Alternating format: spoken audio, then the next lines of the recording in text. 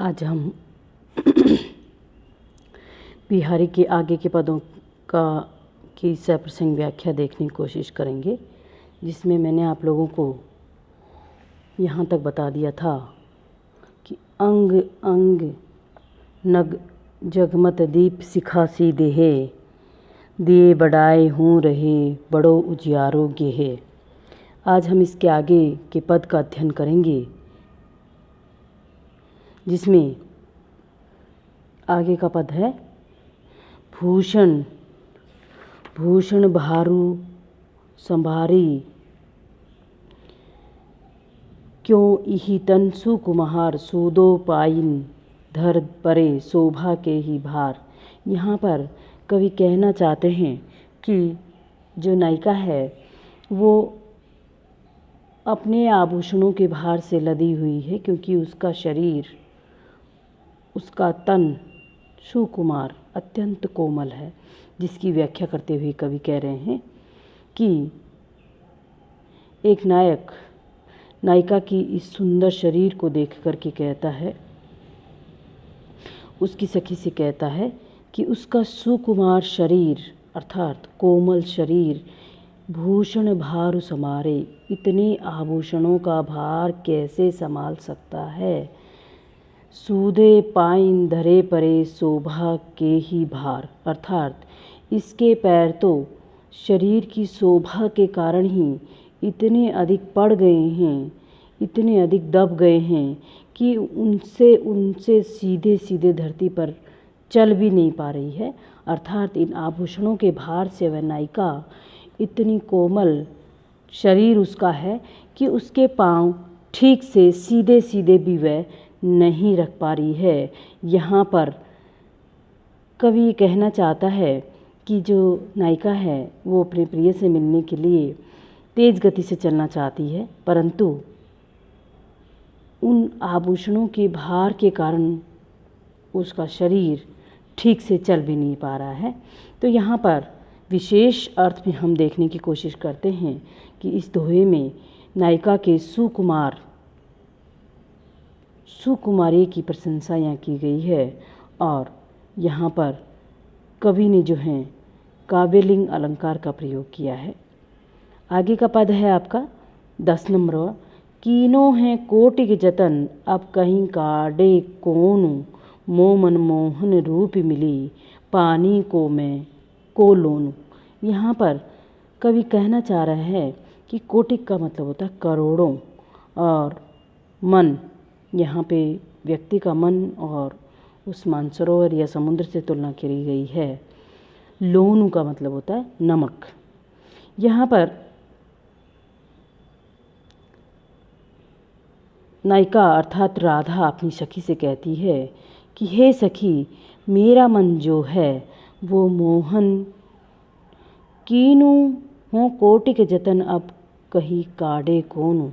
परंतु नीचे वाली लाइन से हम अर्थ लेंगे मन मोहन रूप मिली, कि हे सखी, मेरा मन जो है उस मोहन श्री कृष्ण में इस प्रकार से मिल गया है कि पानी में को लोनू, अर्थात जिस तरह से पानी से नमक को अलग नहीं किया जा सकता। कीनू है कोटिक जतन, अब चाहे मैं करोड़ों उपाय कर लूँ अब कहीं काढ़े कौन, और परंतु अब इस मेरे मन को जो है श्री कृष्ण से अलग कोई भी नहीं कर सकता है। जिस तरह से पानी में नमक मिल जाता है और उसको अलग अलग नहीं किया जा सकता, तो यहाँ पर नायिका या राधिका का जो मन है वो श्री कृष्ण के रूप सौंदर्य में इस प्रकार से मिल गया है कि वो एक क्षण के लिए भी उससे दूर नहीं होना चाहता। यहाँ पर कवि ने जो तादात्म्य की स्थिति स्थापित करी है, पानी में नमक डालने से जलमय वो हो जाता है, तो फिर उसको अलग नहीं किया जा सकता। तो नायिका ने यहाँ पर अपने प्रेम की तन्मयता को मोहन के रूप लावण्य से एक साथ उसको स्थापित कर लिया है, जिसके कारण उसको अलग नहीं किया जा सकता। यहाँ मन शब्द में जो है श्लेष अलंकार है, एक मन है इसका अर्थ, और दूसरा है उस मानसरोवर रूपी सागर में जिस तरह से नमक मिला दिया जाता है उसको अलग नहीं किया जा सकता है। तो यहाँ इस पद का सुंदर, इस शब्द का सुंदर उदाहरण कवि ने प्रस्तुत किया है। आगे का पद है, या अनुरागी चित्त की गति समझे नाही कोई, जो जो बूढ़े श्याम रंग त्यों त्यों उज्ज्वल होय। यहाँ पर कवि ने जो है एक प्रेम में डूबे हुए हृदय की बात कही है। या अनुरागी चित्त की गति समझे नाही कोई, अर्थात प्रेम करने वाले मन की जो गति है, चित्त है, उसको कोई नहीं समझ सकता है। क्यों? क्योंकि ज्यों ज्यों बूढ़े श्याम रंग, अर्थात ज्यों ज्यों श्री कृष्ण की भक्ति में डूबते हुए चले जाते हैं, त्यों त्यों उज्जवल होए, त्यों त्यों उसका मन क्या होता चला जाता है? पवित्र होता चला जाता है, उज्जवल होता चला जाता है। तो तरीका तो ये था यहाँ पर कि क्योंकि श्याम रंग, श्री कृष्ण जी सांवले रंग के हैं और सांवले रंग में कोई डूबने पर काला हो, बजाय यहाँ पर क्या हो रहा है? उज्जवल सफ़ेद हो रहा है। तो यहाँ पर यह विचित्र बात है कि श्री कृष्ण के प्रेम में डूबने से वह मन और अधिक पवित्र बन जाता है और उसकी ये अपनी एक विशेषता है। यहाँ पर कवि ने जो है बूढ़े शब्द के साथ सांकेतिक अर्थ को लिया है। मन तब तक शुद्ध नहीं होता जब तक वह अपनी स्वयं की भावना को छोड़ करके और अपने आराध्य के साथ एकाकार नहीं हो जाता। यहाँ भक्ति की शुद्धता को कवि ने बताया है। प्रस्तुत पद में आपके शलेष, अनुप्रास, पुनरुक्ति और विरोधाभास अलंकार है, जिसके कारण कि हमें विरोध है नहीं, विरोध का आभास सा दिखाई पड़ता है। अगला पद है आपके, यद्यपि सुंदर सुगर पुनि सुगुनु दीपक देह तव प्रकाश करी तेतु भरिये तिते स्नेह। यहाँ पर प्रस्तुत पद की व्याख्या के लिए हम लोग देखेंगे कि ये प्रस्तुत दोहा जो है वो बिहारी सतसई से लिया गया है। इसमें कोई सखी अपनी नायिका के व्यवहार के बारे में वर्णन करती हुई कह रही है कि यद्यपि वह नायिका बहुत सुंदर है और उसका शरीर दीपक के समान अनेक गुणों से युक्त है, पुनि सगुनु दीपक देह, उसमें सैकड़ों दीपक, सगुण अर्थात गुणों के साथ वह उसका शरीर जो है विद्यमान, दीपक देह, दीपक रूपी देह उसकी है। तव प्रकाश करिते थे, फिर भी वह चारों तरफ अपना प्रकाश फैलाने में क्या है? समर्थ है। परंतु यहाँ पर भरिये तिते स्नेह, स्नेह का मतलब यहाँ प्रेम और दूसरा अर्थ है यहाँ पर तेल की बाती, दीपक में जितना तेल होगा वह उतना ही अच्छा प्रकाश देगा। इसीलिए यहाँ कवि कहना चाह रहा है कि सुंदर शरीर से युक्त होने के बावजूद उसमें प्रेम तत्व का होना आवश्यक है, तभी वह शरीर और अधिक आकर्षक हमको लगेगा। जिस तरह से एक दीपक में बाती होने से ही काम नहीं चलता, उसमें तेल होने पर ही वह अपना प्रकाश छोड़ पाता है।